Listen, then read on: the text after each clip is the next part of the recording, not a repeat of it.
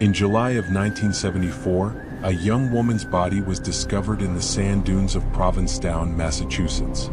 She had been brutally murdered, her hands severed, her identity erased. For nearly 50 years, no one knew her name. She was called simply the Lady of the Dunes. Theories swirled. Was she a mob victim? A runaway? A secret lover silenced forever? Some even believed she appeared in the background of the movie Jaws, filmed just miles away. And then, almost half a century later, DNA technology finally revealed who she was. This is the chilling story of America's most enduring Jane Doe, and the shocking truth about the Lady of the Dunes. If chilling true crime stories like this fascinate you, don't forget to subscribe and turn on the bell. That way you never miss a case. Now let's dive in. On the morning of July 26, 1974, a young girl walking her dog through the dunes of Race Point Beach in Provincetown, Massachusetts, stumbled across a sight that would change the quiet coastal town forever. Lying face down in the sand was the body of a woman. She was positioned on a beach blanket, her head resting gently to one side as if she had been placed there deliberately. But the brutality of the crime was undeniable. She had suffered massive head trauma, her skull crushed. More disturbingly, both of her hands had been removed, as though her killer wanted to erase her identity completely. She wore blue jeans and a bandana, clothing that suggested a casual summer day, not the scene of a murder. There were no signs of a struggle nearby, no tracks leading to or from the dunes. Whoever killed her had left almost nothing behind. Investigators were stunned. In a small town like Provincetown, known more for tourists, artists, and fishermen than violent crime, a scene like this was almost unthinkable. The woman became known only as the Lady of the Dunes. Without fingerprints, without dental records, without even hands to examine, identifying her seemed impossible. Theories began almost immediately. Was she a victim of organized crime? The clean removal of her hands suggested something methodical, even professional.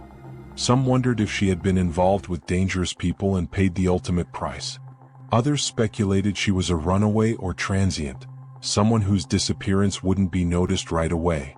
But if so, who had the skill and the motive to kill her so violently and leave her in such a remote place? In those first days, investigators canvassed Provincetown, asking tourists, fishermen, and residents if they recognized her. But no one came forward. No missing persons reports matched her description. She seemed to have appeared out of nowhere, only to die in silence. The town was gripped by fear. Parents kept their children close. Visitors looked over their shoulders as they walked the dunes. If a woman could be killed and discarded so brutally, then who was safe? The Lady of the Dunes quickly became more than just a murder victim. She became a symbol of mystery and fear. A woman without a name, a life without a story, and a killer who had vanished into thin air. But the more investigators searched for answers, the more bizarre the case became. Rumors of mob connections, serial killers, and even Hollywood films would soon surround the Lady of the Dunes. As investigators dug deeper into the Lady of the Dunes case, the absence of clues only fueled speculation. Who was this woman, and why had her identity been so carefully erased? One of the earliest theories was tied to organized crime. The removal of her hands felt deliberate, calculated, the kind of detail associated with mob-style killings. Some investigators believed she might have been connected to criminal networks that operated along the East Coast. If she had seen something she wasn't supposed to, or crossed the wrong person, the mob might have silenced her permanently. Another theory pointed to serial killers. During the 1970s, America was plagued by predators who moved from town to town, leaving victims in their wake. One name that surfaced repeatedly was Tony Costa, a notorious Cape Cod killer who murdered several women in the late 1960s. Though Costa had died in prison by 1974, some wondered if she was one of his earlier undiscovered victims, or if a copycat had struck in the same area. Others suggested a connection to Whitey Bulger, Boston's most feared mob boss. Bulger was known to frequent Provincetown in the 1970s. Could the Lady of the Dunes have crossed paths with him or his associates? The idea was chilling, and not entirely impossible. Then came the strangest theory of all, Hollywood. In 2015, writer Joe Hill, the son of Stephen King, noticed something uncanny. While watching Jaws, filmed in Massachusetts in 1974, he spotted an extra in the background of one scene. The woman looked strikingly similar to police sketches of the Lady of the Dunes. She wore a blue bandana and jeans, eerily close to the clothing the victim had been found in. Could it be her? Had she appeared unknowingly in one of the most famous movies ever made, only to be murdered weeks later? The theory went viral, capturing the public's imagination. Some dismissed it as coincidence, but others couldn't shake the possibility. If true, it meant the Lady of the Dunes wasn't just a nameless victim. She was immortalized forever on film. These competing theories kept the case alive for decades.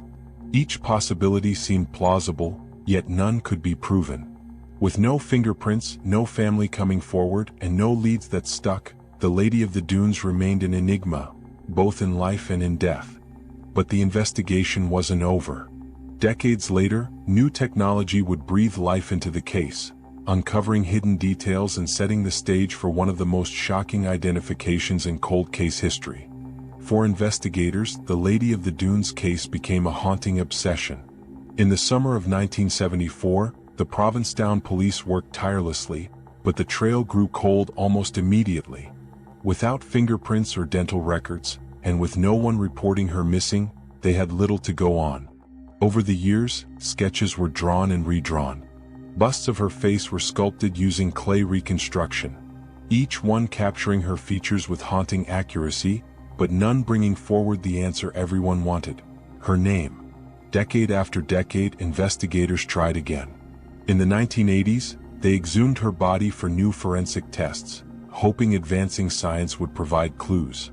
In the 1990s, DNA analysis began to emerge as a tool, and samples were carefully preserved in the hope that one day, it might provide answers. Detectives chased countless tips. Each time a woman went missing in Massachusetts or nearby states, investigators compared records, hoping for a match. But again and again, the Lady of the Dunes remained unclaimed. By the 2000s, her story had become legend in Provincetown. Tourists would hear whispers of the mysterious woman in the dunes. Locals debated theories late into the night: mob victim, runaway, serial killer prey. Every new detective who joined the Provincetown force seemed to inherit her case, adding more notes to a file that was already overflowing. Despite the frustrations, they never gave up. The Lady of the Dunes became more than a cold case. She became a symbol. A silent reminder in the police station that every victim deserves a name, every story deserves to be told. As the years stretched into decades, it seemed almost impossible that her identity would ever be uncovered. Generations grew up knowing her only as a mystery. But technology was advancing, and in time, the tools investigators had long dreamed of would finally become reality. And then, nearly 50 years later, DNA technology cracked open the silence. For the first time in decades, investigators had a name, and with it, a new mystery. For decades, the Lady of the Dunes had no voice, no past, no family to claim her. But in the 2010s, a revolution in forensic science began to change everything. Forensic genealogy, the same method that identified the Golden State Killer, was giving investigators hope where once there had been none. In 2019, her body was exhumed again, this time for advanced DNA testing. Scientists carefully extracted genetic material, building a profile that could be uploaded into genealogy databases. From there, experts traced distant relatives, slowly piecing together a family tree. The process was painstaking, but in 2022, nearly half a century after she was found, investigators finally had an answer. The Lady of the Dunes was identified as Ruth Marie Terry, a 37-year-old woman from Tennessee. Ruth's story was heartbreaking. She had married multiple times, moved often, and had family who never knew what became of her. At the time of her death, she was newly married to a man named Guy Rockwell Moldavin, a smooth-talking antique dealer with a troubled past. When authorities uncovered her identity, they also uncovered a dark truth. Ruth's husband was the prime suspect. Moldavin had been accused of involvement in another grisly case decades earlier, the disappearance of his ex-wife and her daughter. Though he was never convicted, suspicion followed him for years. After Ruth's death in 1974, Moldovan continued on with his life, remarrying and living quietly until his own death in 2002. With him, the full truth of what happened to Ruth may have gone to the grave. But for investigators, finally giving her back her name was a victory. After decades of being known only as the Lady of the Dunes, Ruth Marie Terry was no longer a mystery. She was a daughter, a sister, a woman whose life was stolen, but whose identity had at last been restored. The reveal stunned the nation. True crime followers who had speculated for decades finally had closure.